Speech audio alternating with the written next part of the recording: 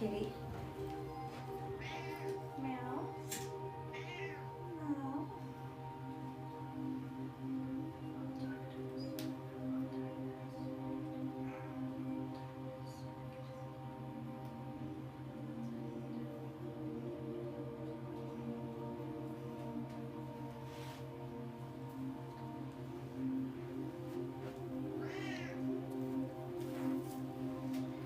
Meow, huh?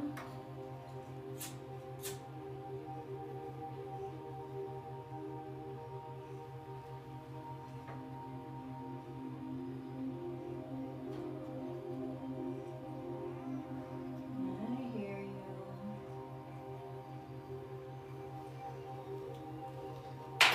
I hear you, sweet baby. Can you get off my hat? Oh my goodness. You got hair all over it.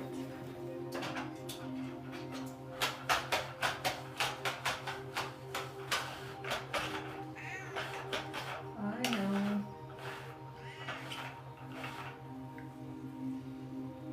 You want to run the live today? Hmm?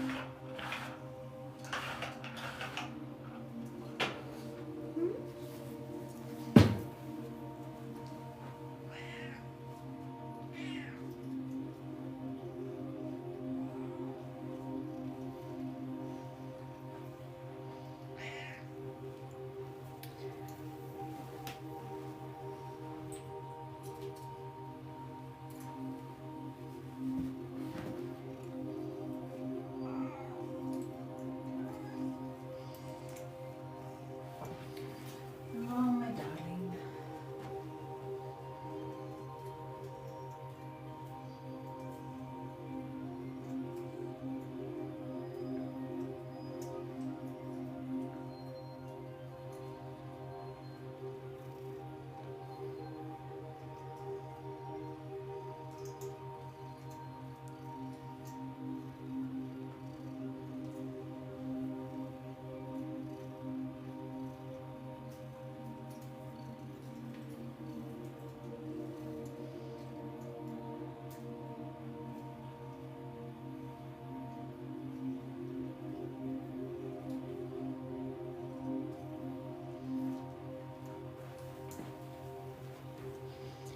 Can you scoot your boot?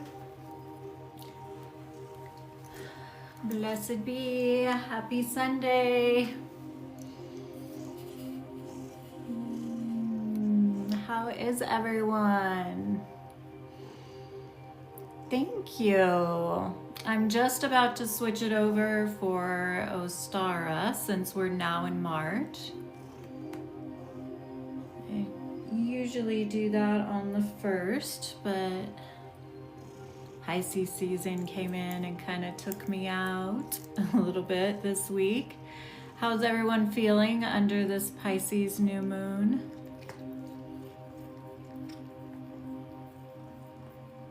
Hi, Max Joy. Thanks for being here, my beautiful sister. Kitty. Have you guys all met Mr. Kitty? We're gonna be casting a circle to get things going today. Hi, Natalia.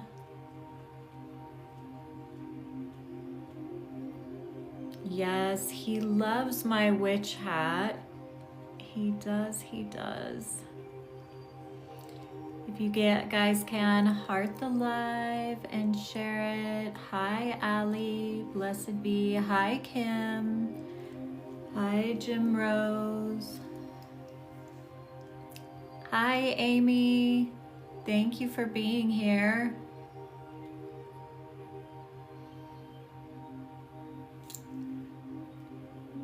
Just waiting to see. I believe Amy is a moderator. Make sure I have a moderator before. Hi, Erin.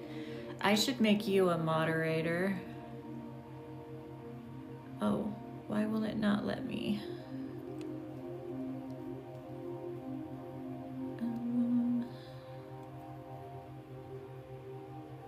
I think Amy is a moderator. Erin, I'm gonna make you a moderator.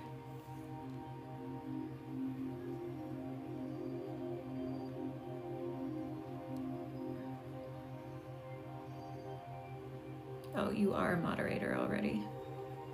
Perfect. Hi, House of Hecate.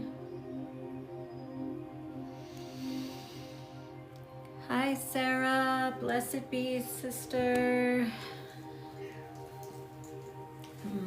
I don't know if you guys can hear Kitty. He's just walking around me again and again, meowing.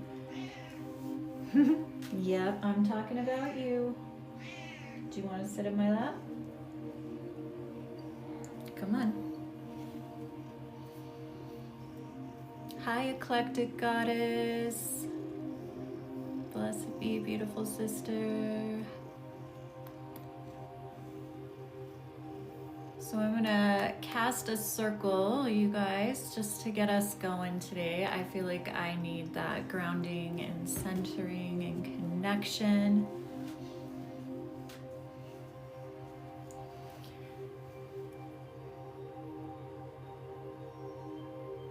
Oh, thank you.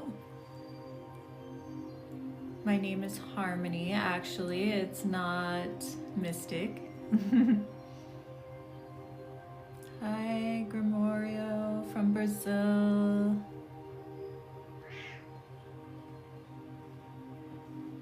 Happy Sunday. Hi, Kitty. You are just full of it today.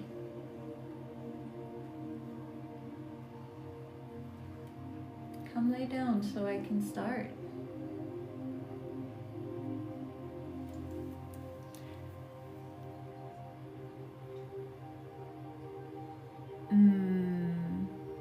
Just show the cat. He was on here just a minute ago. He comes and goes as he pleases. Come here, kitty.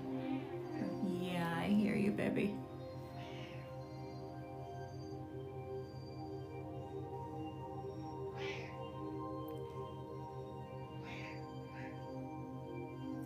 Thank you, Erin, for blocking people.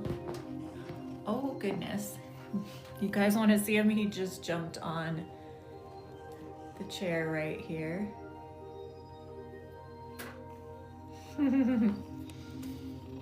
I guess he wants to watch from a different angle today.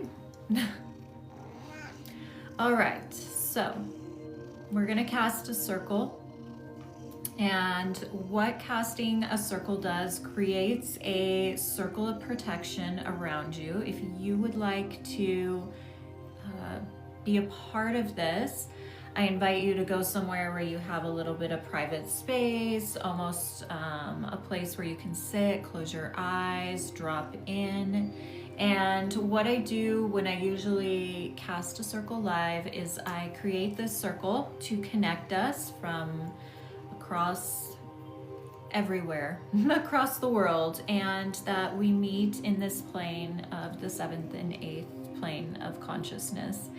And what I do is at the end of the circle, I request that at the end of the live, that plane of existence that we are all on together during that meditative state, that it comes back down to a normal state for being supportive of your everyday living, but the circle will not be open until you lie your head down to sleep tonight. And what this is going to do is just create this bubble of higher consciousness for the day that you can exist in, and just feel the peace, feel how you can actually be in the world, but not partaking in all of the energetic clutter and debris and chaos that can be going on in your home, in your family, in your town, your country, wherever you are. So we're gonna go ahead and cast that circle.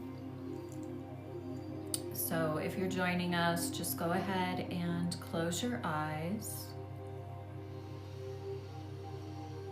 Take a deep breath in, hold at the top. Notice where your body is touching the seat beneath you or the earth beneath you. Allow your lips to part and audibly exhale. And push all the air out of your body with the strength of your abdominal muscles. And then sealing your lips, slowly begin to inhale again. Feeling the air enter every part of your body. When you get to the top this time, soften your shoulders, lengthen your spine, then allow your lips to part and audibly let go. Pushing all the air out, sealing the lips, inhaling again. Biggest breath of the day, open mouth, let go.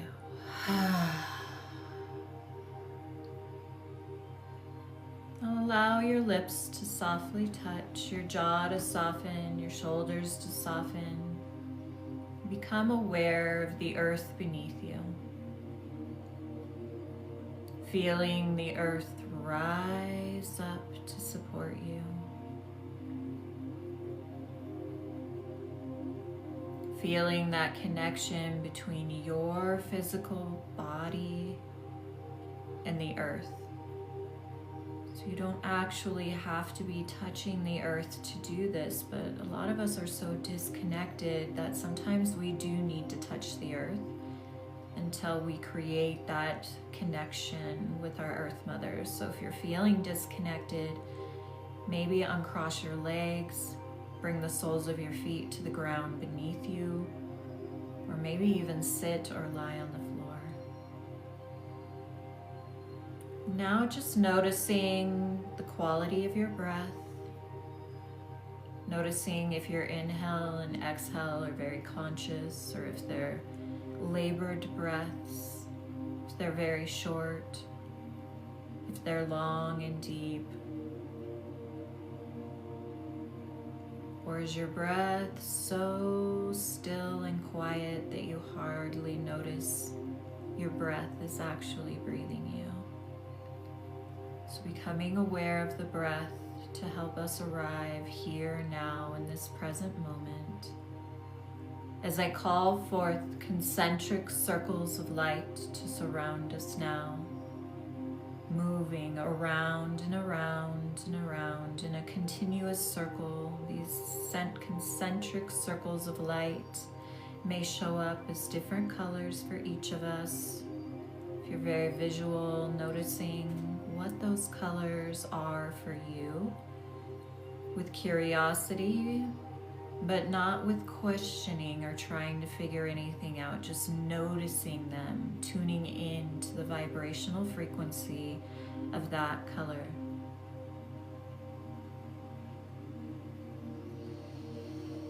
The color is green for me today. Maybe the color for you is blue or indigo or white light.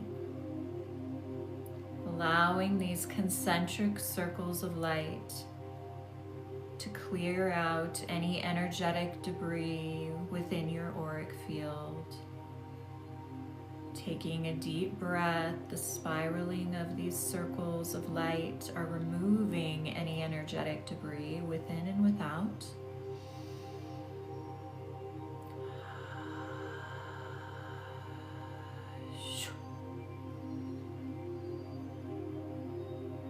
Guardian of the north, south, east, and west, guardians of the watchtowers, I call your presence forth to witness this sacred circle that we invoke today. Guardian of the north, keeper of earth, mother of witches, keeper of keys, keeper of the crossroads, she who holds the torch of light within the darkness of the underworld. Bless us as we call your name, Hecate, Hecate, Hecate.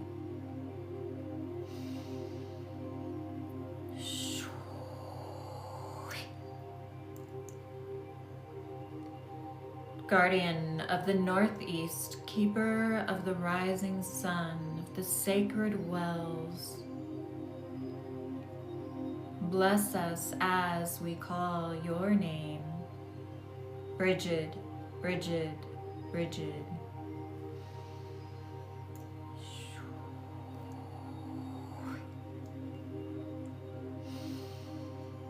Guardian of the East, Keeper of Air, She of 10,000 spells, She of 10,000 names,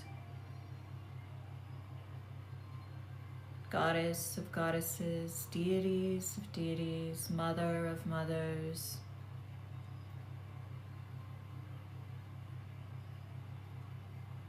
Keeper of the mystery temples, and the secret origins of humanity. Bless us as we call your name.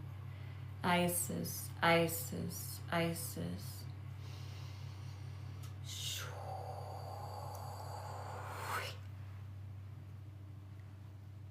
Guardian of the Southwest, Keeper of sovereignty, Keeper of sacred mysteries, She who ignites the throat chakra, the sovereign free will of each of us that carries the feminine wisdom and light within. Bless us as we call your name. Rhiannon, Rhiannon, Rhiannon.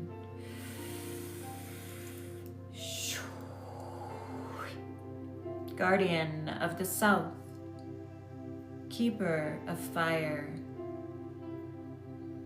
Queen of the Fae, She who guides with love in her wake.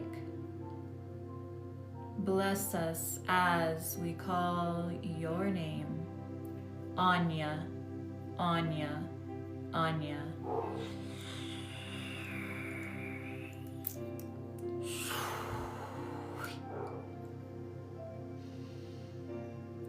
Guardian of the Southwest,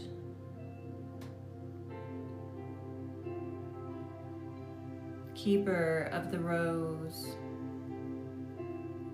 Keeper of the power of the feminine, the influence of the feminine, She who was willing to walk in the shadows for thousands of years with her daughters, all to arrive today to empower us to show the way. Bless us as we call your name. Mary Magdalene, Mary Magdalene, Mary Magdalene.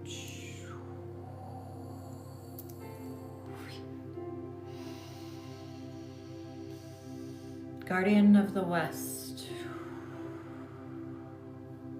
Keeper of the sacred waters, Keeper of the cauldron, and Keeper of the moon. In the West, I've been having 2 deities show up. We'll ask that both of these deities bless us as we call their names. Caradwin, Caradwin, Caradwin, Selene, Selene, Selene.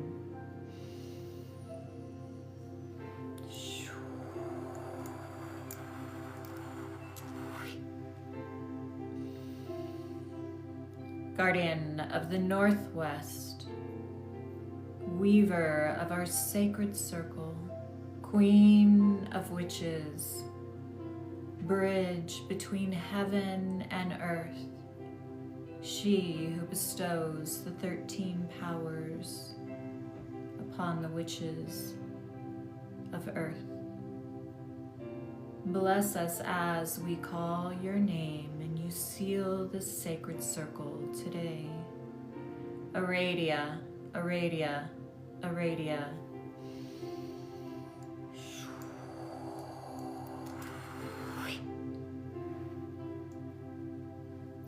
From beneath us, we call forth the presence of our loving Earth Mother to rise up and support us. Sealing the below of our sacred circle, we call forth our loving ancestors, the ancestors that walk with us in a good way, supporting our missions and journeys on Earth. We call the Fae, the elementals, and the gnome.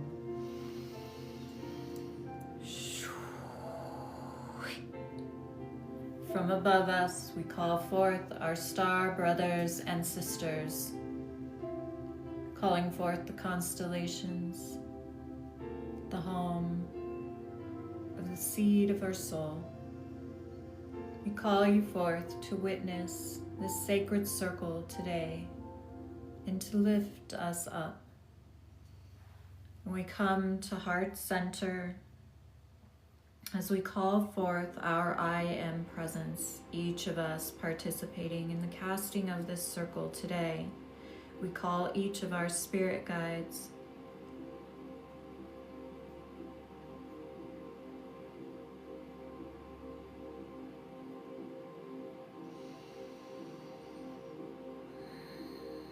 and through the power of our I Am presence, our higher self and our oversoul, we lift this circle up, up, up to the 7th and 8th plane of consciousness, where divine knowing and miracles take place. Taking a breath to arrive here now to acclimate to this energy of the 7th and 8th plane of consciousness.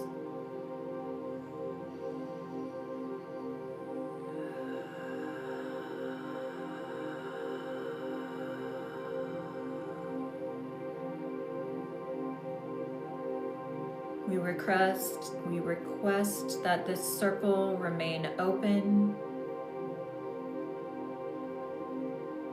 and never broken until each of those who have participated lies their heads down to sleep tonight. But between now and then, their level of consciousness will remain lifted, elevated, able to see beyond the liminal, to see beyond the mundane, to see through the lens and the eyes of their higher self-consciousness, so they can bring in the changes, the transformations that need to happen within this eclipse portal.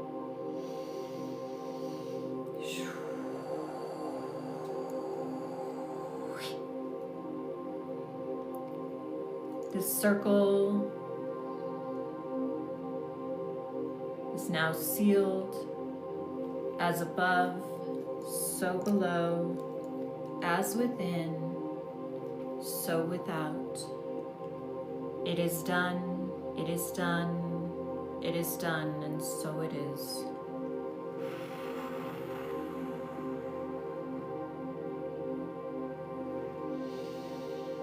Taking a deep breath in, and as you exhale out, allowing your eyes to softly flutter open, coming back into the space, into the here and now. Blessed be everyone.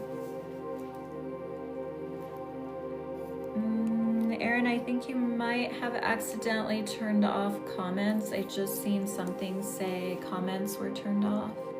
Hi, Margie. Blessed be, sister. I thought you were working today. I'm so happy to see you here. They're back on, thank you.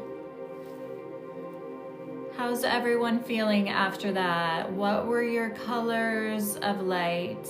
My beautiful sisters, I would love to know the colors that showed up for you. Oh, you are in a little bit.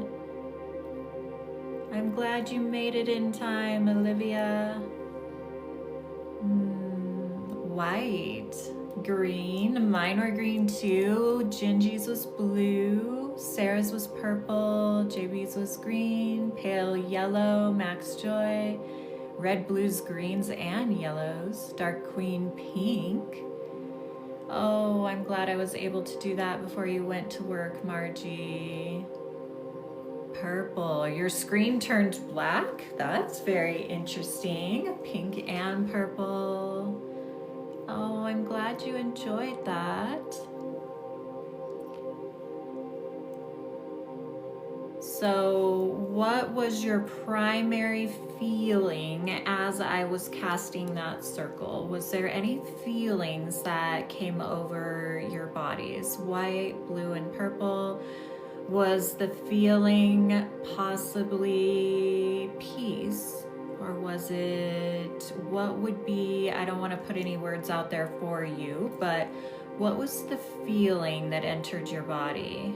Peaceful, calmness, relief, peace.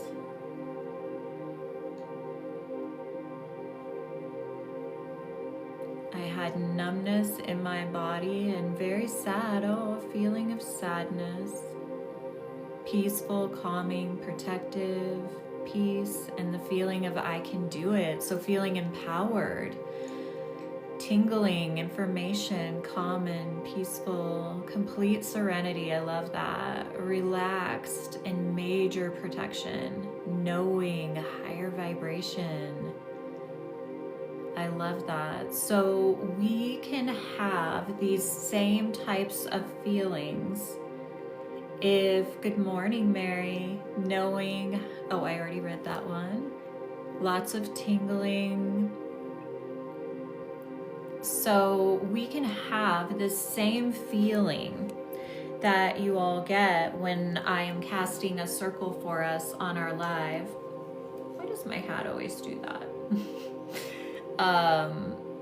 That is available to you on an everyday basis. And this is why, if you guys have talked to me before, watched my lives before, Dark Queen's saying a tingling and a feeling of calmness. Florence is saying relaxed and inner peace.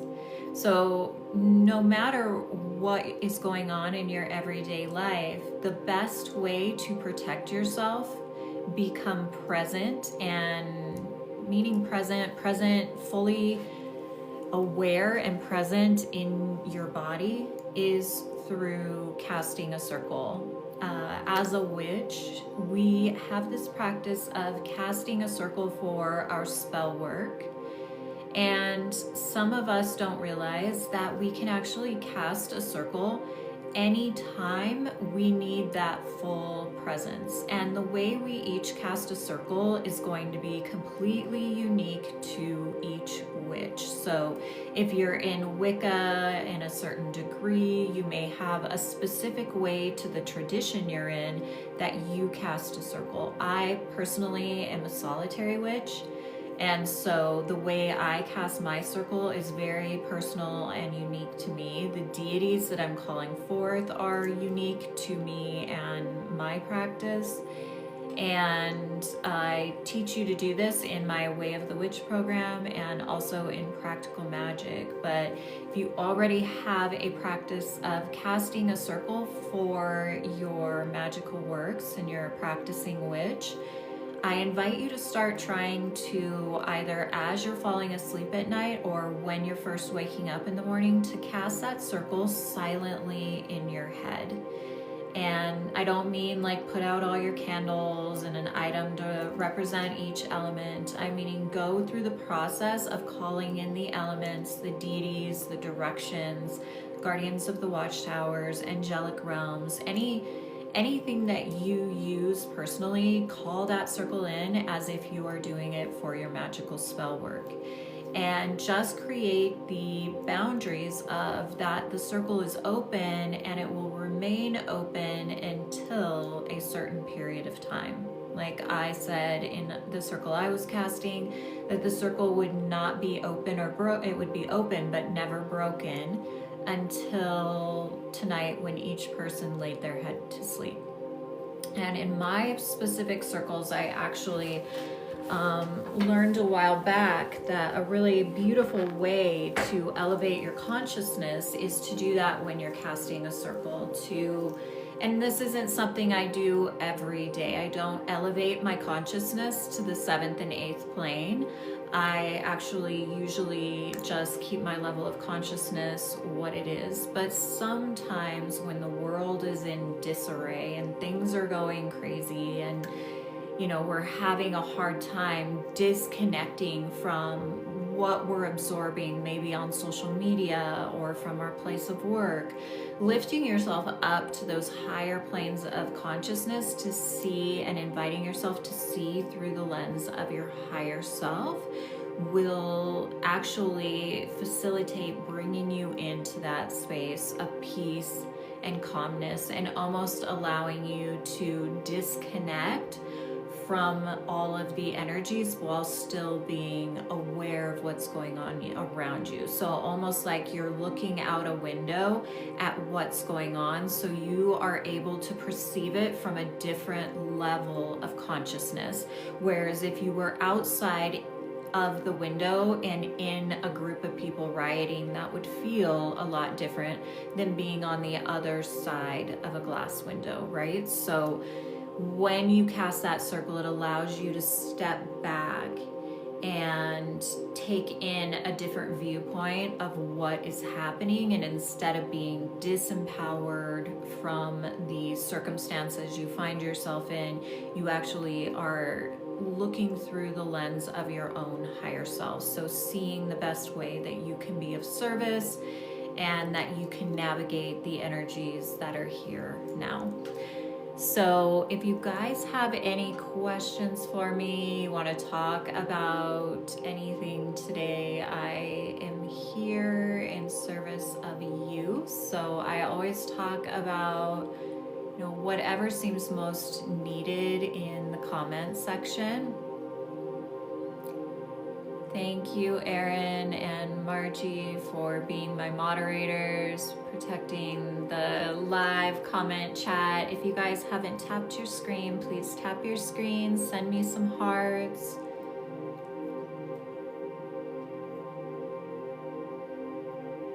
Full of surprises. Thank you. How many witches do I have here on the live, and how many of you are curious about witchcraft and maybe awakening to the fact that you are a witch? So it looks like Dark Queen is a witch. So Sienna is a witch. JB's curious. Eclectic Goddess is a witch. Olivia is a witch, Sarah's a witch, Sally's a witch. So we have quite a few witches on here. Full of Surprises is a witch, Margie's a witch, Divine and Divination is a witch, Divona is a witch, I'm Awakening and Ready for Learning is Steph, Jasmine, I miss that, How to Get Away from the Ugliness, Casting a Circle. Looks like Magician Goddess is a witch. Of course, Gingy is a witch. Florence is a witch. Mav is a witch, but still want to learn. Amber 999 is a witch. Max Joy, Awakening and Learning. Amy is a witch, yes. Chica is a witch of the Four Fathers. Ren's Muse is a witch. So we have lots of you that are already witches here. Celeste is a witch. So I'm glad you guys are all feeling comfortable to comment. We as witches need community, and especially those that are just awakening to the fact that they're a witch and learning and processing. They really are in need of community, which most of us have a hard time finding. Thank you, Celeste, when we are first on the path. And so most people will feel very alone, unsure of where to turn to, and the comment feed here on my live is such a great place to connect with other witches. I have witch sisters here that are in my coven, like Margie, Gingy, I'm not sure all who is here today, Sarah, Amy. I have a virtual coven if you would like to join. And we meet on the Sabbaths. Oh, thank you, Florence. Live through Zoom, and then it's a monthly membership, so you have an entire library of classes. I believe there's like 140 recorded classes in there. Learning to read tarot, red tent, womb wisdom, spells, astrology, there's lots in there. I also have practical magic course, which is just the beginning stages of the craft, connecting with the elements so you can become a weaver of magic. And then we have Way of the Witch, which is a year and a day course. That course almost has 200 recorded classes in it. It's meant to be done over a year and a day. As you initiate yourself into the craft as a solitary witch. So Chica's asking, how much do I practice? So I would say I eat, live, and breathe the craft. So my practice is my life. If you're asking how much I cast spells, physically cast spells, it depends on the month and what I'm going through in my personal life. Sometimes I will be casting, daily something, working on a spell that it requires my attention daily. And then there are times where I'll go months without casting a spell, but I always have my daily, what I call a daily practice, because I am, and all of us are really empathic, and so we are constantly absorbing information and energy from the world around us. So my morning practice looks like me sitting at my altar, and I do this thing, a lot of you have done it with me, where I clear my energy, bring my hands to my heart, and I inhale, flip my hands, exhale, and sweep the energy around me. That sweeping motion with your hands is actually removing any energetic debris and clutter that does not belong to me or you if you're doing it. After I do that, I usually pull a few cards to multiple cards depending on the day. I do a little journaling at that time, offer altarings and things like that. So that would be my daily altar practice. And I usually do that at this altar right here, which is dedicated to Isis, Bastet, and Hecate. The altar behind me is now primarily dedicated to the seasonal shifts and changes. I have another altar that's for my inner child, and when I'm working with her, I'll sit at that altar. So if you guys want to see that one, it's right there.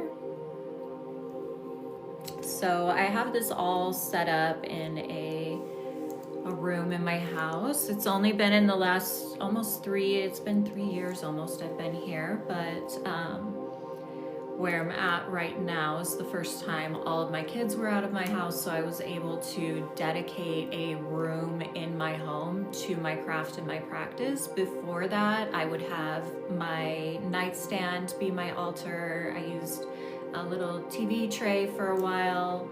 I had a big dresser thing. The bottom drawers were dressers, and then you opened the top up, and I had an altar set in there. So don't feel like you have to have a whole room like me to dedicate to your daily practice or to your altars. Your altars can be as small as a nightstand or a TV tray.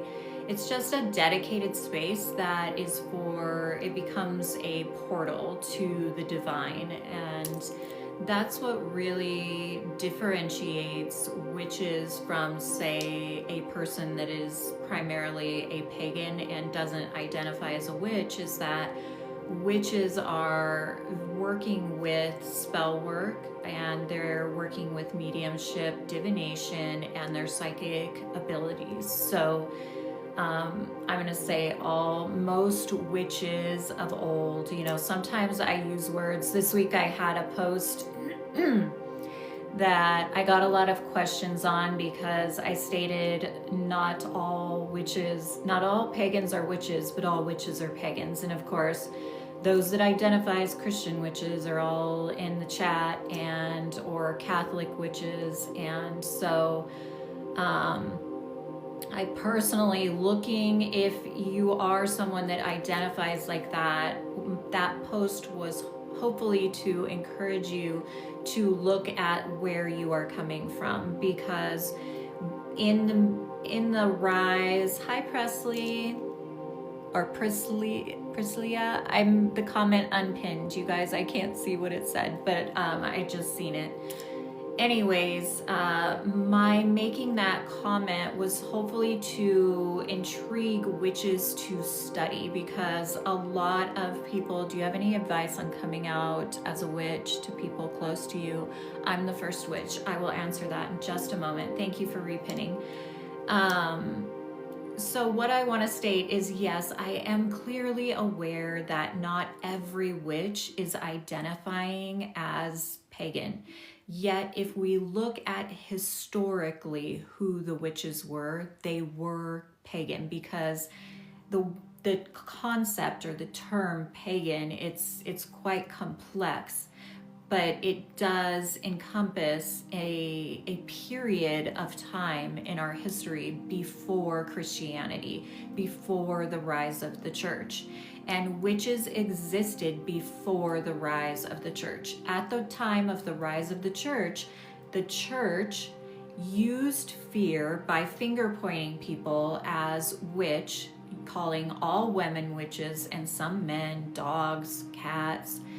And by doing that, it confused the actual ability for people to know who was a real witch or not. So we come hundreds and hundreds of years later to where we are now, and we have all women stating all women are witches, and in the sense that all women are magical because they were born with a womb, which means your body is a portal that brings spirit into human form. In that sense, all women are magical.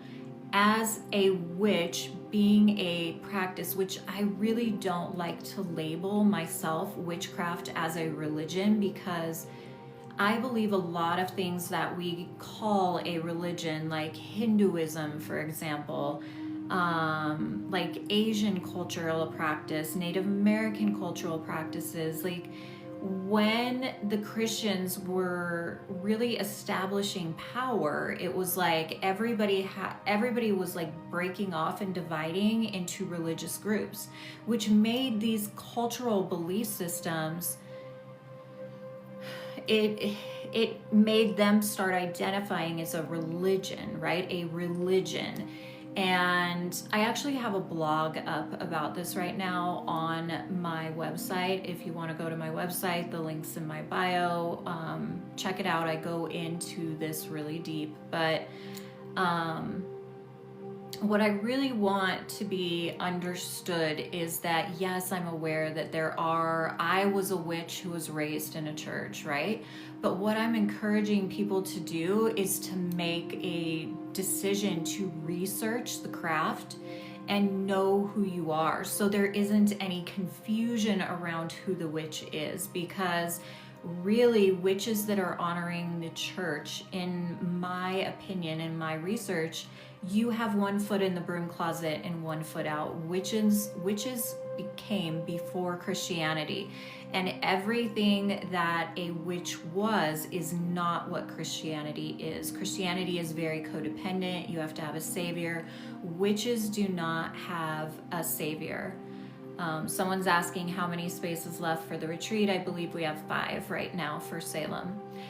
And so what that post was that I put out there was not to state that you are any less of a witch if you're still partially in the broom closet. It was just to state, please don't teach people from that state. Because if you are in any sect of religious upbringing, whether it be Catholicism or Lutheran or non-denominational Christian, like any of those religions, they came after the craft, after witchcraft, and they actually live their lives through the lens of biblical teachings. And in the Bible it says, "Thou shalt not suffer a witch to live." And just that phrase alone, in my mind and heart, means you cannot, not that you cannot, but you should not prescribe to both, because it's confusing the origins and the sacredness of the craft. And, you know, we see a lot of different people from different cultures who are rising up to try to, like Native Americans saying, this is a closed practice. They're trying to hang on to the sacredness of the practice. And, you know, myself, I'm a yoga teacher. I teach yoga, but initially yoga was a cultural practice, right? And it became very westernized. So it's done a lot of good here, but also, and that's not considered a closed practice, but even within that, like I've had several teachers, and it's so important to find not just an average yoga teacher. You want a yoga teacher that has studied the indigenous roots of the practice. So we are not doing disservice to their practice that we are borrowing here being yoga, right? It's important to know what is considered a closed practice, because if we want people to honor our craft, we want to honor those cultural practices as well as witchcraft that are struggling to maintain some sort of grounding on what they have to offer the world. And so anyway, I was raised Mormon, and I always knew I was a witch. I believe my mother and my sisters we joked we were witches, but we went to church, the Mormon church. And so, you know, as I got older, I was the first to start actively, consciously practicing the craft. So before that, I came from this household that was like, we would joke about being witches. We knew my baby sister was a very gifted medium. I had psychic prophetic dreams. We were all very psychic. We all knew the power we had within us, right? But we just joked that we were witches. There's a lot of people out there that know they have these gifts, and yet they choose to stay in the church. And that's fine. I just am like, don't call yourself a witch, because that's participating in confusing people on what it means to be a witch.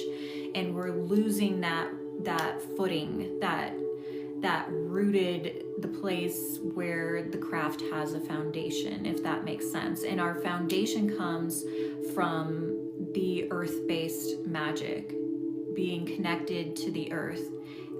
Everything that basically the pagans practiced depending on where you lived. So in a lot of places on our planet, you guys, they didn't even have a name for witch.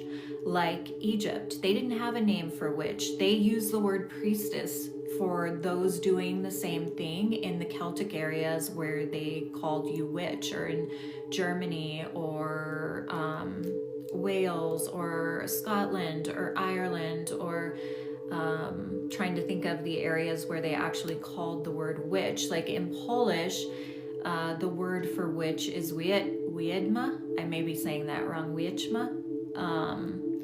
So every culture had a different name. Like, actually, we don't realize that in Siberia, it was shamanism. That's where shamanism was rooted in. So there was this different name for all of us doing the same thing, if that makes sense. So anyway, I was in high school when I started actually casting spells. My family was still into the church. I was married off at 17, got married in the Temple of the Mormon Church, but I was very much what you would call a Jack Mormon. So I was like in the church, and then I was completely like out of the church, drinking, doing my own thing. And because I always questioned it from the time I was 8 years old. So when I came out of the broom closet, as someone had asked this question earlier, how do you come out to people around you? You know, it's baby steps for a lot of us, but the people closest to you. So even though I grew up in a house that, you know, we all joked we were witches, I was reading tarot cards on my mom's kitchen floor, actually predicted the pregnancy of one of my sisters that way before she knew. And it was to my family that I came out first, that I was going to be an actual practicing witch. And I didn't even know what that meant when I decided it. I actually decided to blow my life up when I was 28 and divorce my husband and leave the church. And it was like all of a sudden one day I woke up and realized I was an adult. And that happens to a lot of people that are born and raised into some structured, organized religion. Even if you believe that structure or that organized religion isn't true and you're questioning it, you're so programmed that it's like you have this internal program of guilt and of shame and of, it's like, why am I so drawn to witchcraft if God doesn't want that for me? And even when I left the church, they sent me out letters that were like, are you sure you want to do this? Your kids will not be protected. You're not going to be protected. You will go to the outer darkness. It is worse to know the truth and to walk away and deny the truth than it is to just remain in the church. Like every tactic, fear tactic they could use to keep me in the church is what they used. And I had to be strong enough at that point to write letters back, because this was back before we could email, and say, hey, I am done. I already wrote you 2 other previous letters. I understand the repercussions of this, and I want my name removed and my kids removed. And it was finally done. And to this day, I hope it was done. You never know, because the Mormon church, they actually take the names of dead people and baptize for the dead in proxy of dead people who have not given their consent, nor has their family given consent. So it is really a twisted church to do rituals like that, in my opinion. And so that programming, when you're leaving it, it's difficult, and you have to give yourself grace. So if you're coming out of the broom closet, and even if you are identifying already as a witch, every time you are given that opportunity to open your mouth and say, I am a witch, it is depending on who you're talking to. Even now, I do hair 1 day a week. I'm a hairdresser. And when I meet someone new there, because most everyone in my town is Christian. And so when someone point blank asks me what religion you're in, and I have to say those words, I am a witch, there still is that part of me that's like, all right, get ready for this person to get up and walk out. Like, you just don't know what's going to happen when you state that. And so I just want you to know, as time goes on, you will become more comfortable in it, and recognizing the level recognizing the level in which you have been programmed every time you go to say those words is so important to acknowledge, because that is deprogramming you from what you were raised in. So just the acknowledgement of, I'm feeling fear right now when I'm going to say the words, I am a witch.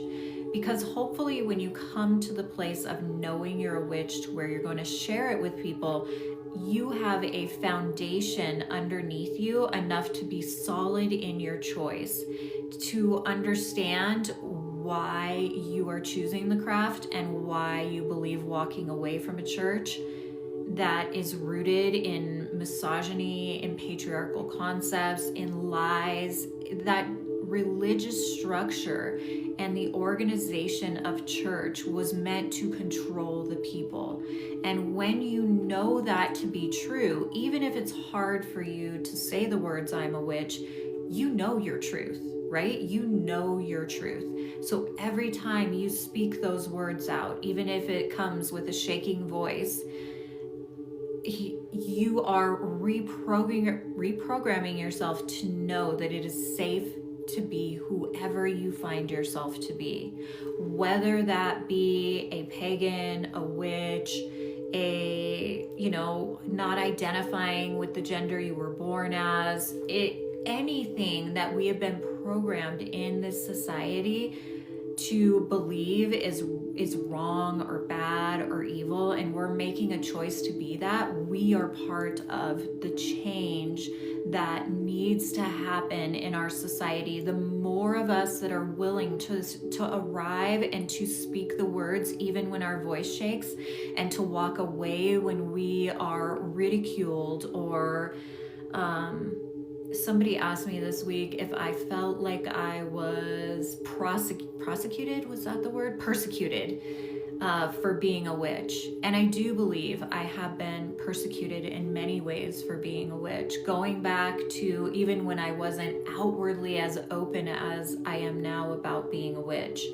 I had a little boutique, and I was telling this person that I called it a yoga boutique, Mystic Harmony Yoga Boutique, because people in town will say, oh, you're so nice, why do you call yourself a witch? And they would refer to me as a mystic, I heard.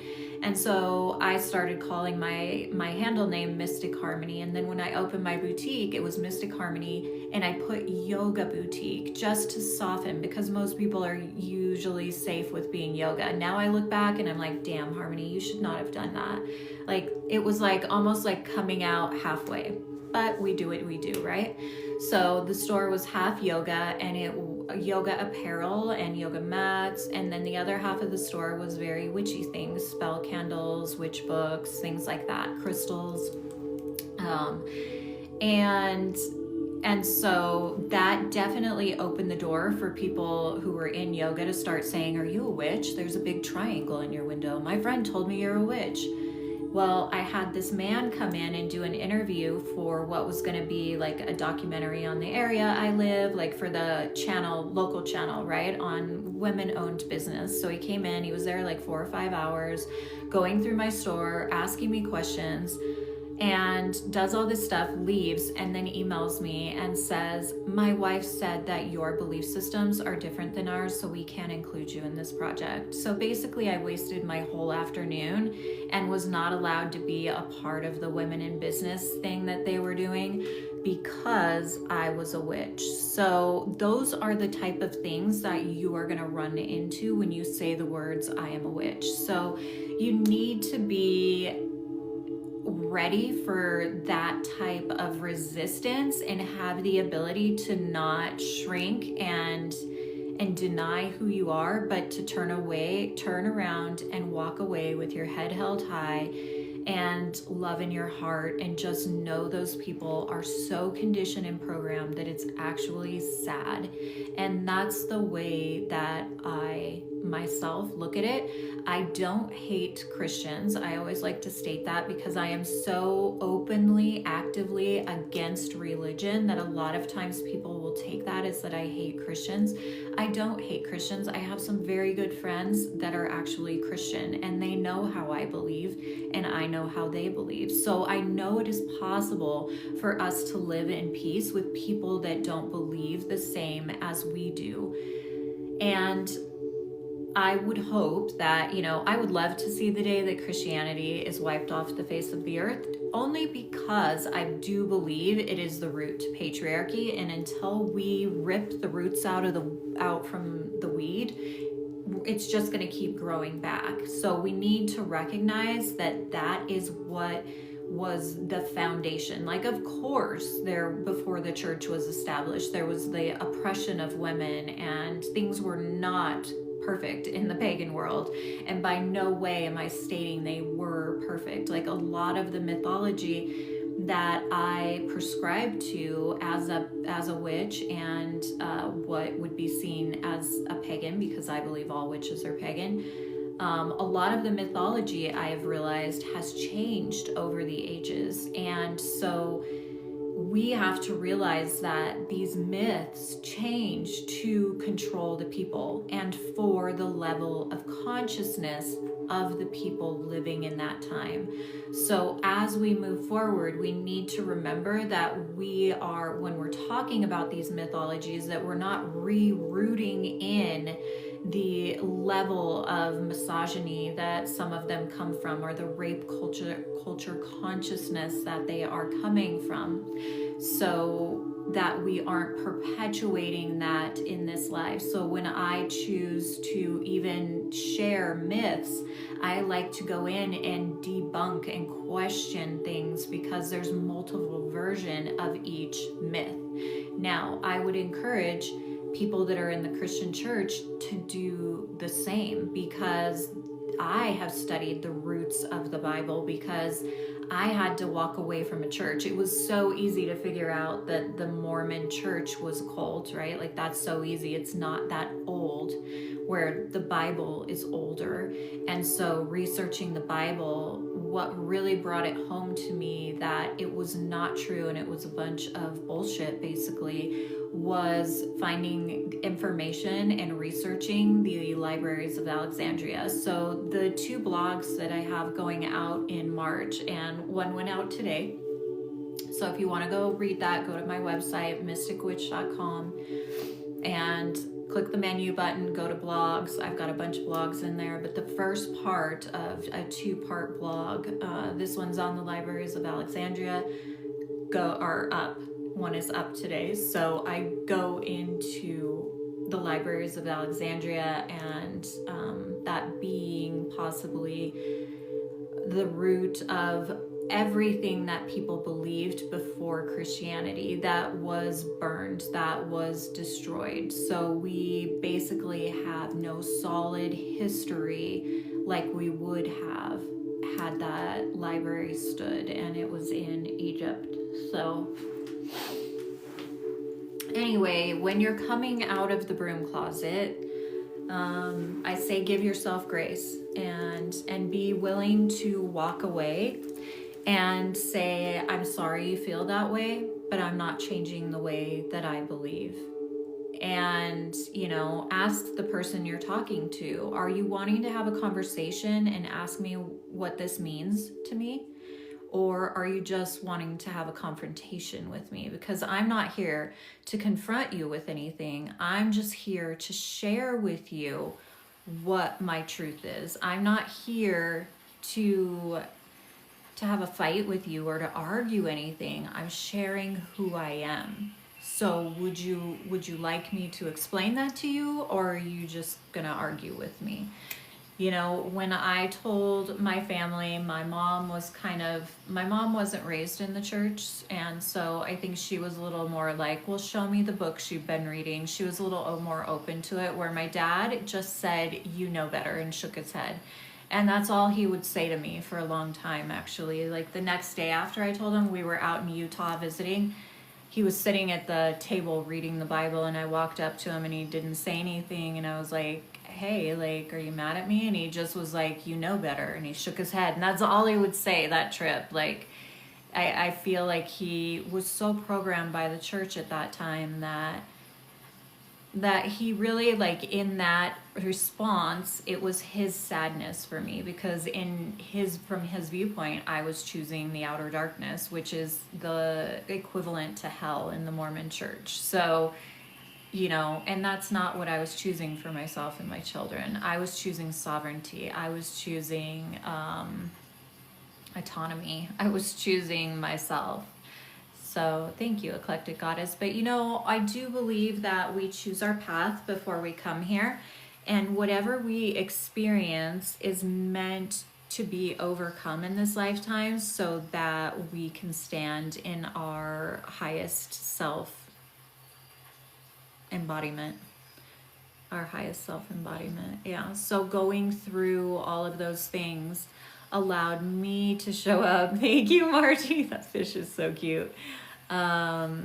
It made me strong enough to be able to be here on TikTok, right? Because I wasn't always someone that could even talk in front of me. When I became a yoga teacher, it was hard for me to talk in front of people. Like, I would open my mouth and nothing would come out. So it really, for me, having to fight my way back almost gave me that solid backbone in knowing who I am and what I was choosing for myself and, for my children to be raised in. So, yeah. Anyway, do you guys have any other questions for me?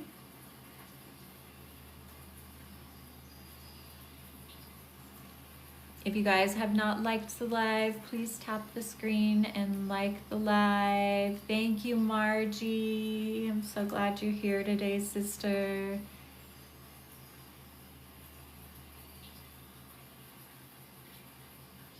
Thank you guys for liking the live. Oh, I love coming on here on Sunday. Even the Sundays, I'm like, oh, I'm kind of tired. Do I not feel like doing this? It's like when I come live, I go from like feeling like tired and not sure to just being completely present and here and awake and feeling good. So it's good to be able to come here and use my ability to channel and share. Robin, born and raised in Utah, and I do not go to the Mormon church at all. I would suggest, Robin, that you email them and tell them you want your name removed from their records, because energetically, those oaths and vows we take in this life need to be, I believe that's what cord cutting initially was created for. Oh, bye, Margie. Have a beautiful day at work. I love you, sister. Thank you for being here in the live. I'm so happy you were able to be here for a little bit. Yeah, do that. Just because there's an energetic cord there that is binding you to them, and I believe that that continues to influence your life and feed your energy. So I really feel it's important for anyone that has belonged to any church that felt, very restrictive like that, have your name removed from their records, and also do a cord cutting with the actual religion and with the oaths and vows that you took. Allie, yes, I would do it for baptism as well. So many of Catholics were baptized as babies and didn't even have a choice. So if it were me, yes, I would be doing a cord cutting with your baptismal vows, and because usually that initiates you into that church. So the thing is that for myself, I did not, when I cut those cords of being baptized, it was like I am denying, as I'm cutting these cords, that Jesus is my Savior. I do not accept him as my Savior. And by doing that, you are reclaiming your sovereignty.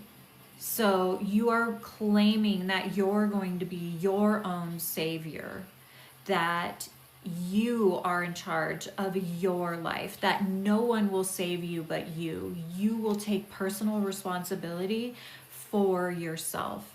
And it's so important, because we wonder a lot of times as we're going through our witchy practice, like, what is this? Like, sometimes it's like, you can just feel like, what is this? Like, I can't fully grasp my entire power. Like, I know I'm more powerful than this. What is it that's holding me back?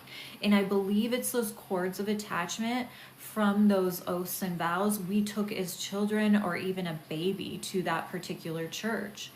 And so those cords of attachment are still energetically feeding us, because we took, ultimately, whether we take an oath or a vow or not, we are sovereign individuals. So when we choose to take that oath or vow, even as a child, we are choosing to connect to that cord that church, that cord of consciousness that church is from.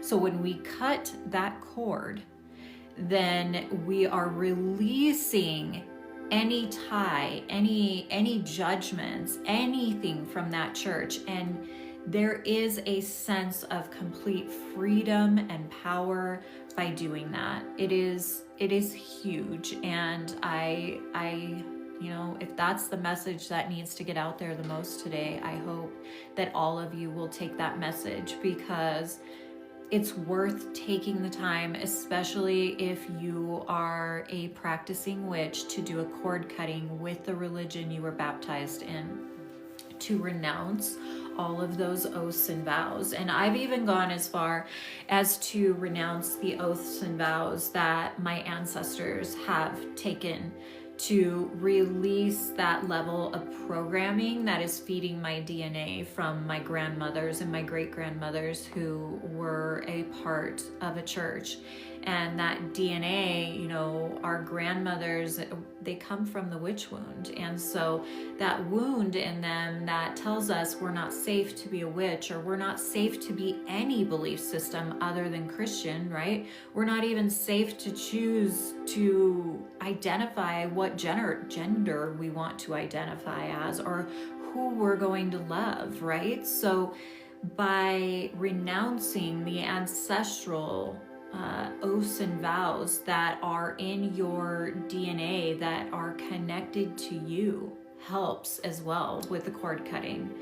So, and I've done these specific cord cuttings multiple times and these specific ceremonies multiple times to make sure that I have released and cut and removed any of that from my being, so that I can fully stand in my power, because I believe there are things that we would consider little or minute, and they're actually huge, like those oaths and vows you took to a church. A lot of times within those oaths and vows we take to be a member of a church, we are taking an oath and a vow of poverty, and we don't even realize it. So it's really important to even look at the wording in the vows to the church that you belong to. And every church has their own unique things. Like in the Mormon church, you receive a patriarchal blessing. It's even called a fucking patriarchal blessing, you guys. If there is not more of a red flag that a church is ruled by the patriarchy, go to one that calls it the patriarchal priesthood, the patriarchal blessing you receive. I renounced and cut cords with that patriarchal blessing, because those blessings I do not condone. I was a teenager when I received them and agreed to receive them from some man who didn't even know me. I cut the oaths and the vows from the temple that I had gone through, and that ceremony that you go through in there is the most witchy thing I've ever seen in my life. So especially if you're Mormon, like, my gosh, there's so many oaths and vows in that Mormon church they have you taking that you need to cut ties with. Hello. So thank you for everyone saying hi. Well, yes, of course. You're not, it's the religion, it's the DNA that is in your body and the religious connections that you are targeting when you're doing the ancestral work. And yeah, that is important not to say any names, because you don't want to choose for them, right? That would be doing the same thing that the Mormon church does. So of course, you know, the Mormon church goes and gets names of people and baptizes them in proxy of them even when they're dead. That really bothers me. If there was something I was going to fight in this world that was connected to a religion, it would be that, because I sure as hell don't want to die and have the Mormons using my name in their baptism for the dead ceremony. Like, that is such bullshit. Like, the families aren't even giving their, you know, their blessing upon it. They're just using these names and baptizing as many people as they can. It is like mind-boggling to me that they feel they have the power to do that. And Goddess forbid that my name, after I have left this planet, ever ends up in that ceremony. My ghost will be coming back to raise hell. That's all I have to say if I end up in there, because I have cut ties with it. So I am very careful with cutting cords with people, because I ultimately believe that cutting cords with people is not possible. I believe we are all one. And so to some extent, we chose before we came here to have these relationships with these people. Now, even though you're not going to cut the cord with the person, you can absolutely 100% cut cords with any oaths or vows you have with that person, to be their girlfriend, to be their fiance, to be their wife. Cut cords with those things. And be careful what you're doing if you do try to cut cords with a person. because if you try to cut cords with a person and not the oath or vow, a lot of times you'll have a short time of reprieve and then you'll get a backlash of energy. And a lot of times when we cut cords with people, we don't realize, like, if we're cutting cords with our ex-husband, we could be cutting cords with our children. We're cutting cords with anyone that is connected to the person that we're cutting cords with. And I honestly, like I said, I personally don't believe we can cut cords with people. I think even if we do that ceremony, it's not happening because we are all one. But we absolutely can cut cords with those oaths or vows, or I'm seeing someone said a peaceful separation. Like, yes.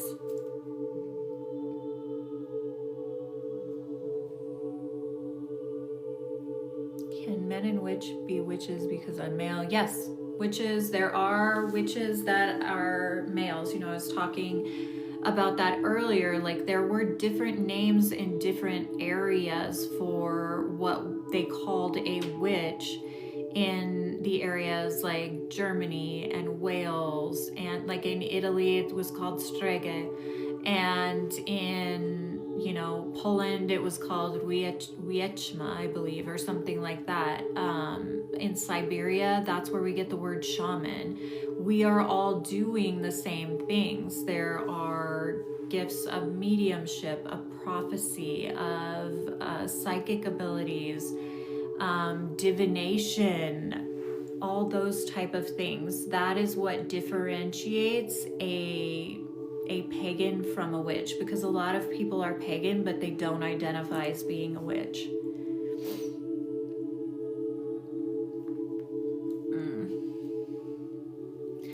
Do you guys have any other questions? Thank you for all the hearts. Keep liking my live and sharing it. For some reason, we don't have a ton of people on the live today, and that's okay. But when you guys share the live and heart the live, it helps throw it out there. If you have visions of the future, does that mean you're psychic or clairvoyant? Yeah, it can mean that. And people are psychic and clairvoyant that don't identify as witches. Some people choose to not utilize those abilities in this lifetime. So, and some of them choose to just call themselves a medium and just identify as that. In the days of old, they would have referred to them as a witch or shaman. You know, a medium is just another word for that. I can't share the live. Not sure about anyone else. Huh. It looks like Max Joy was able to share the live, so I'm not sure why you can't. If I was baptized twice, will one cord cutting for both suffice? Only you know that. I was saying earlier, I cut cord cut multiple times for different oaths and vows to make sure. Because I would cut cords and then, like with temple vows, and then I would go through my life and I would realize, usually really quickly, there was some program in me still that was functioning. So when I became aware that that cord was still like being fed by something, I did another cord with that in mind. So when I do a cord cutting, I really like to write down everything that I am aware of that I am cutting that cord with. Or at least when I'm carving into my candle, like I am thinking of all of those oaths and vows and agreements, the underlying unspoken agreements. Like I said, there in Christianity, there are a lot of vows of poverty that you are taking. I have heard from different people in different, you know, sects of Christianity. So really think back to what they were saying to you and what you remember them saying when you were baptized, or if, you know, that's why I say to people when they say I'll pray for you, a lot of times I'm like, don't pray for me. Or I'll ask for people like, to hold me in their heart if I want them to, right? Because when you agree to have people pray for you, you are agreeing to the blessing that they're placing upon you, or the curse, or the spell. And prayer originally in its origins was spell work. It was the asking of the gods before Christianity existed. The asking of the gods was the first form of spell work. And I say gods, plural, because yes, it was, they had, the earth mother, the sky father, and they would ask, and what you would consider the witches or the medicine women or the shamans of the community were the ones that would really ask the gods, and then they started adding the fire to the asking. So that's where the candle magic came in. So that's why a lot of us witches, our magic is highly rooted, our craft is highly rooted in candles, because that was and incantations. So what we would call an incantation became a prayer. So the incantation is the asking of the gods for what you want, which when somebody says, "Can I pray for you?" you're agreeing to what their prayer is. I usually never agree to prayer. I thank you, no thank you, don't pray for me. Because I don't know what they're asking for, what the underlying asking is in their ask. If I'm honest, what if that person really is jealous of you and they're gonna pray for you, and then you bring some weird sort of magic to you?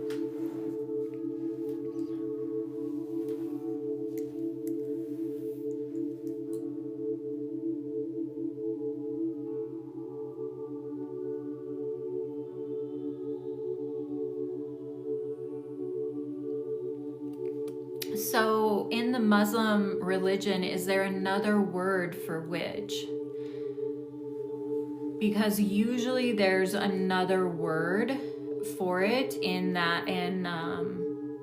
those areas. It's the witch wound that spread the word witch, because I'm honestly not sure of the Muslim beliefs, but it sounds like you are a Muslim that is,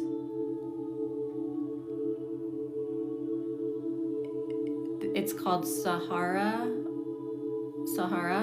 Is that the word for witch in Muslim? There's usually a word for it in other cultures that aren't Celtic.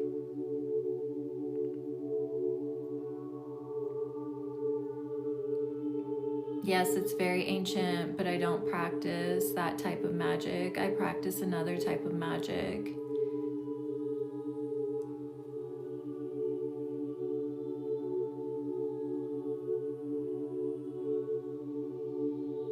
Hi, Mrs. Outlaw. Hi, Adri. Happy to have you here.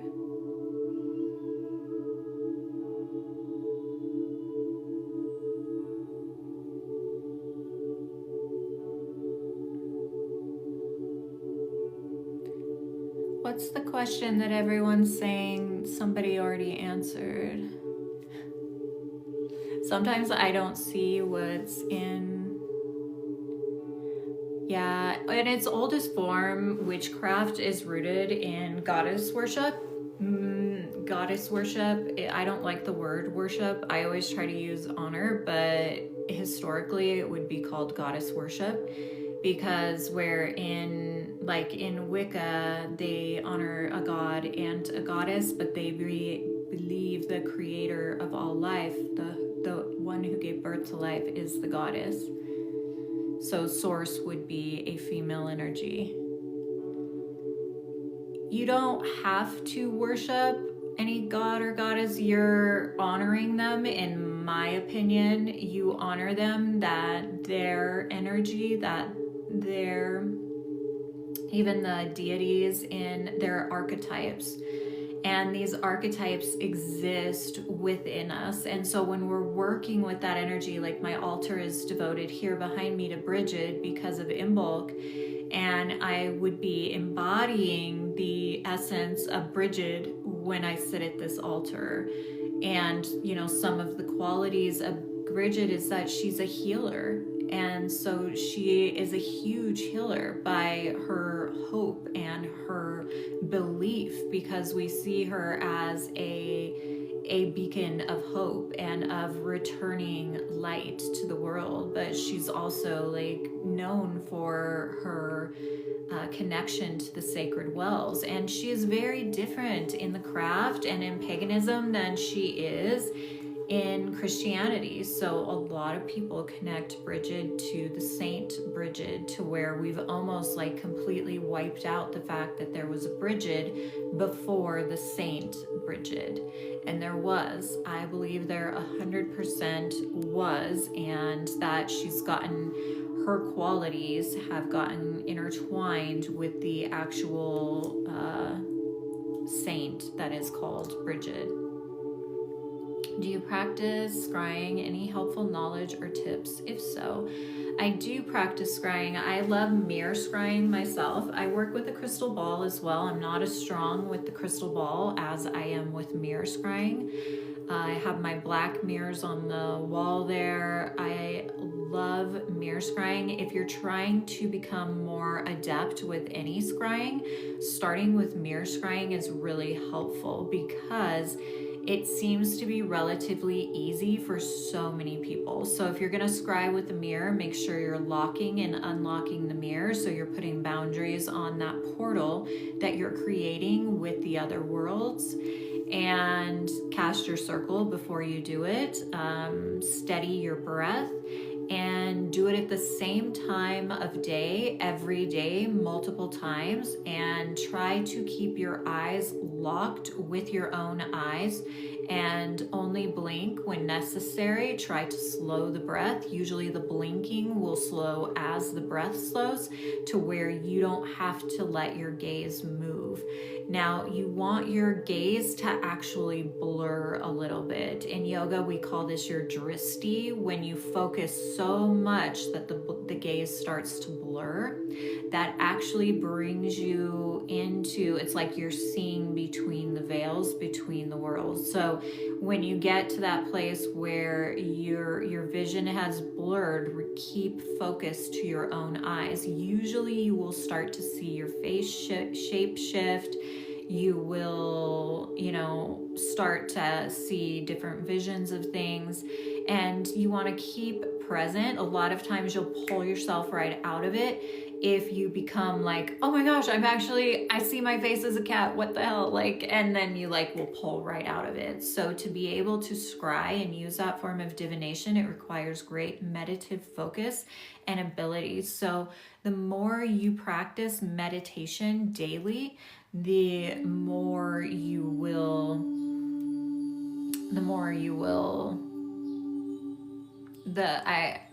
I want to say the better you will get at it, but I do believe it just becomes more natural to you. It's like, oh, I remember how to do this, that type of feeling, rather than practice makes perfect. We always say that, right? But there's no perfect at this.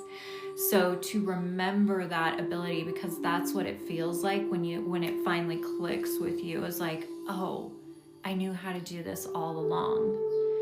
So yeah, black obsidian mirrors. A lot of people have a hard time with the black obsidian mirrors, but the black obsidian mirrors were actually the original form of scrying. It was a piece of black obsidian that you could see your reflection in. So if you start with a regular mirror, usually you can develop that muscle, almost like you're working out at a gym. You're kind of developing that ability within yourself, and then it gets stronger. So then you would move to a black mirror, because I feel like a lot of people have the issue when using the black obsidian mirror of they can't see themselves, and they don't know how to remain focused when they can't see anything at first, if that makes sense.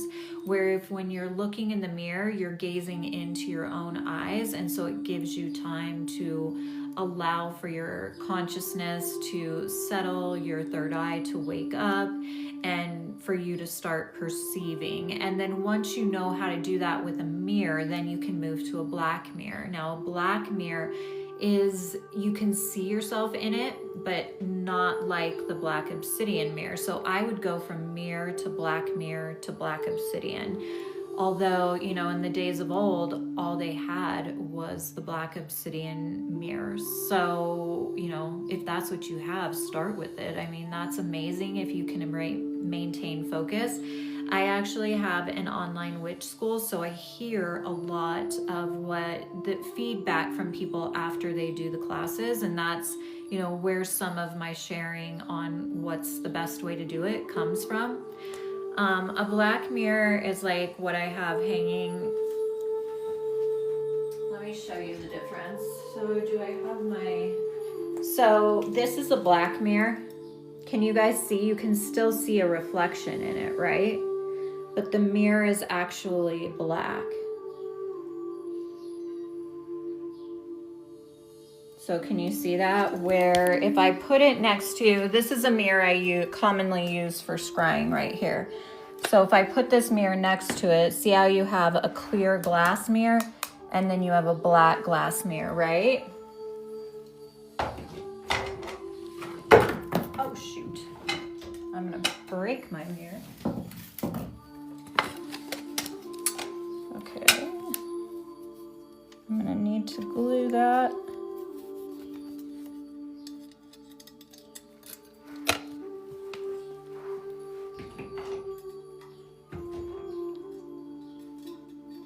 Sorry you guys, I didn't realize my mirror was about to break. Okay, come on back over here. I'm gonna show you my black obsidian mirror.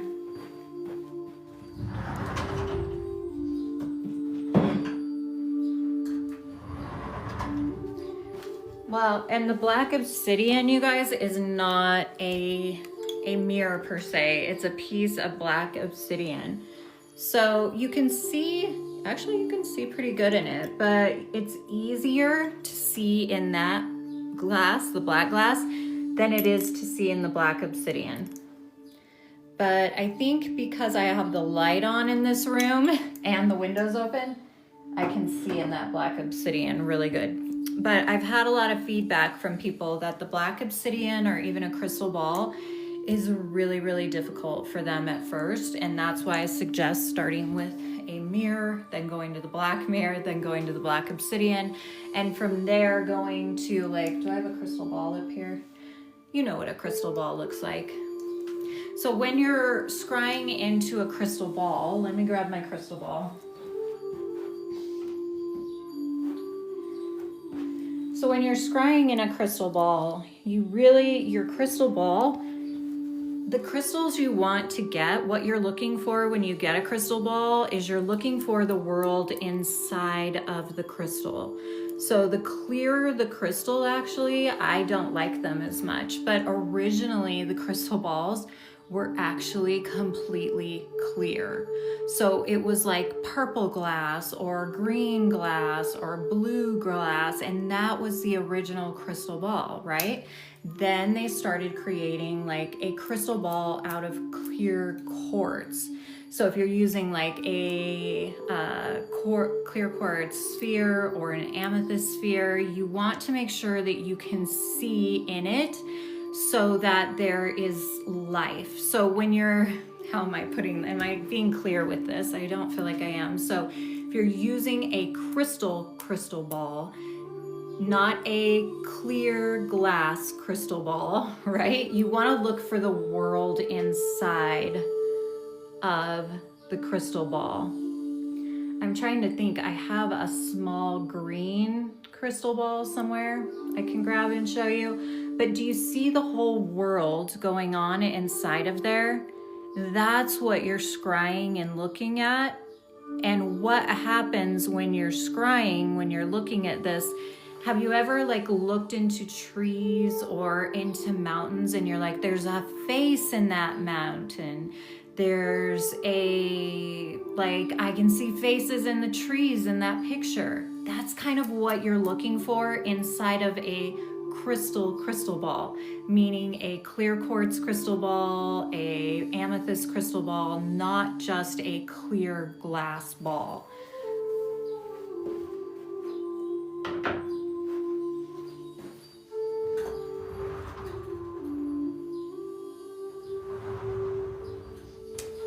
Well, I don't want to leave you guys and go look for it, but I think it's in my living room. I have like when I'm talking about a clear crystal ball, it's like just a piece of glass that is clear, and sometimes they're colored. Those were really highly used at first when we see like the Roma gypsies doing the crystal ball reading. Usually it's with those and not the actual crystal spheres, if that makes sense. So I'm trying to differentiate something, but that other crystal, I'm looking in here because it used to be in here. I have a green one, but it's not in here. I'm actually just noticing that my cat knocked I have a selenite. My selenite crystal ball. So I really love this selenite crystal ball because do you see the line down the middle? It looks like the moon, doesn't it? I love this crystal ball. It's so freaking powerful. Can you see? Like, you can already start to see stuff in it.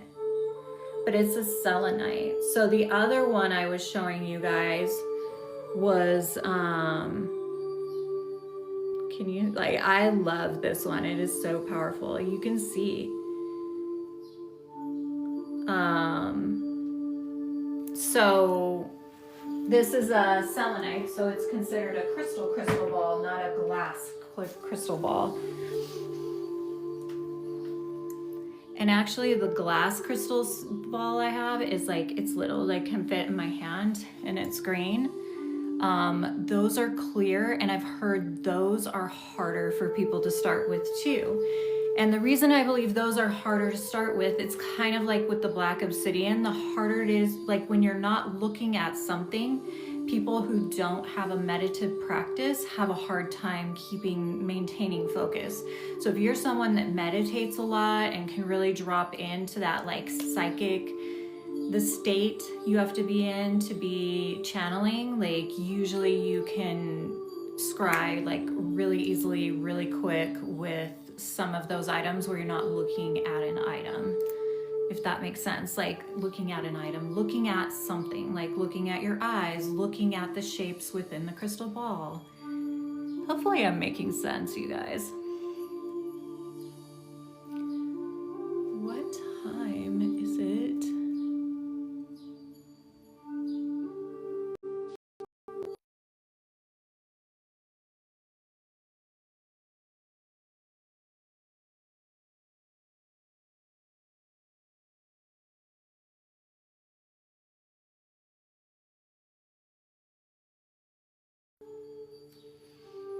I need to keep meditating. I struggle with wandering thoughts. You know what's interesting? I've done a lot of meditation class. I've done like a 3-month daily meditation class, and then we would meet on Sundays and like do like 4-hour like silent meditations. And one of the biggest things I learned was that the things that I thought were hindering from me from meditation, being successful at meditation, or what my ego would call being successful at meditation, was actually my greatest teachers. So like in one of my classes, we had to write every day after we would meditate, and then we turned the writing into the teacher. And I was always like, my dogs are just screwing this up for me. And he would write, your dogs are your best teacher. Your dogs are your greatest teacher. And then one day it finally clicked, because I was always like, what in the literal fuck does this even mean? My dogs are my teacher. I need them to shut up so I can meditate. And the point of meditating isn't being able to go in a room where it's silent and to tune in. It's being able to maintain that state of peace, that connection to your I am presence in the midst of chaos. And that's what casting a circle does for me. That's what practicing meditating does for me. And so when you struggle with being able to quiet the thoughts, it's being able to witness the thoughts. And sometimes labeling or naming the thought helps you release it.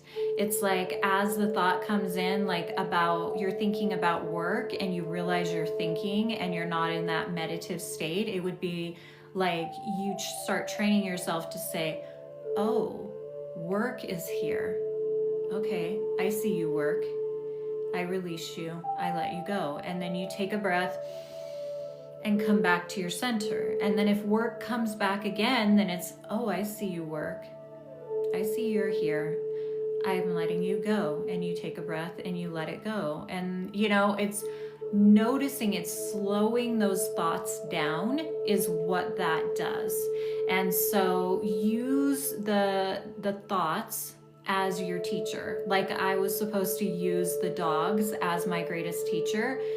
Like I can meditate. I will sit in a room in silence for hours, but it's the outside noise that I had to work with during that time to remain. That was what I learned in my meditation journey, to the extent that I went, was that I needed to become my highest self embodiment. I needed to learn to maintain focus, remain connected to my I am presence, even when the dogs were going crazy, if bombs were going off, if I was running down the street, that I could come back to that presence where the ego tries to disconnect us, tries to disassociate us to protect us. So really, for me, it was learning to be who I am, even in the face of adversity. So each of us have a different journey, but it's always maintaining focus on the breath. So returning back to the breath every time you notice, oh, I'm thinking about work. Work is present. Okay, I release you, work. Return to the breath. Inhale, exhale. And just watching the quality of the breath slows the thoughts down. It's nearly virtually impossible to not think something in meditation. So when you have achieved that point of whatever they call the Buddhist teachers that teach meditation, they call it, like some of them call it samadhi. When you reach that point of connecting with your soul, there is no thoughts there. And usually when you reach that state, you actually are like, oh my gosh, your ego structure becomes aware of it and it rips you right out of that state. So usually there's only that bliss point of meditation for a mere second or seconds. That's been my experience. So a lot of us are practicing to learn to bring ourselves into a different state of consciousness and connect and slow down the thoughts.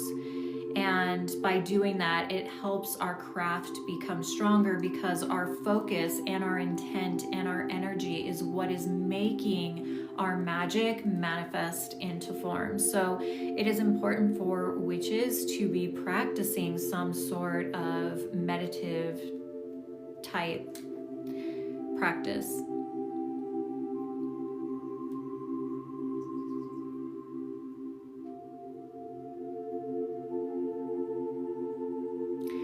All right, you guys, I have been on here for 2 hours and it looks like the people that are following are kind of dwindling. So I'm going to say goodbye for today. If you were here at the beginning of the live and stayed for the entire thing, remember that we cast that circle, and when you lay your head down to sleep tonight, that You say thank you, I accept, I receive, and I release you. And that circle will be open but never broken. So thank you, Gingy, Aaron, for being here. Thank you, Sarah, for being here. Margie, who's already left. Thank you guys for being my moderators, my beautiful priestesses,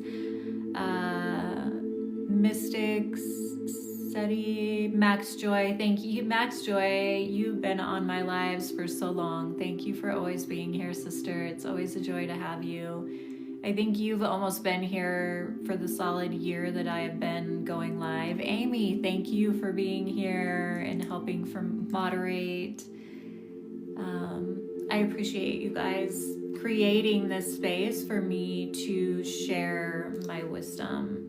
I'm so thankful for TikTok, and I just want to say that because, the Sunday it was taken away, I was heartbroken. I didn't know what to do with my Sunday. This just gives me this chance to just allow my spirit to do what it does best. So thank you for being here.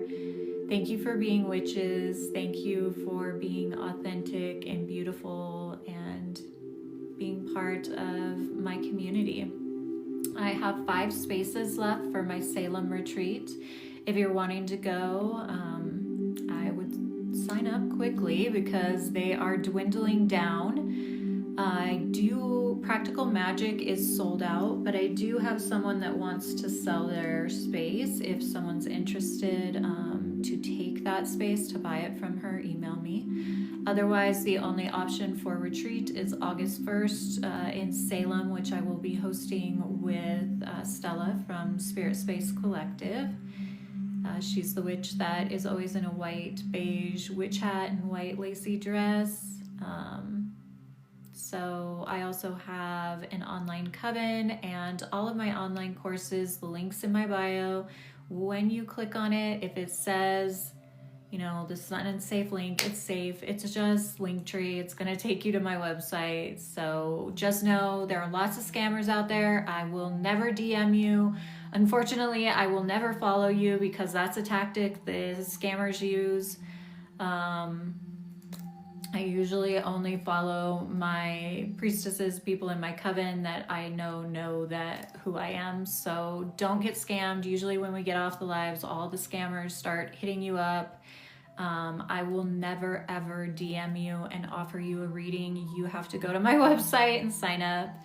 I thank you all and I love you. I'll be back next Sunday at 10 and just keep an eye out on my page. Please follow me if you haven't followed me, and I'll see you next week. Blessed be.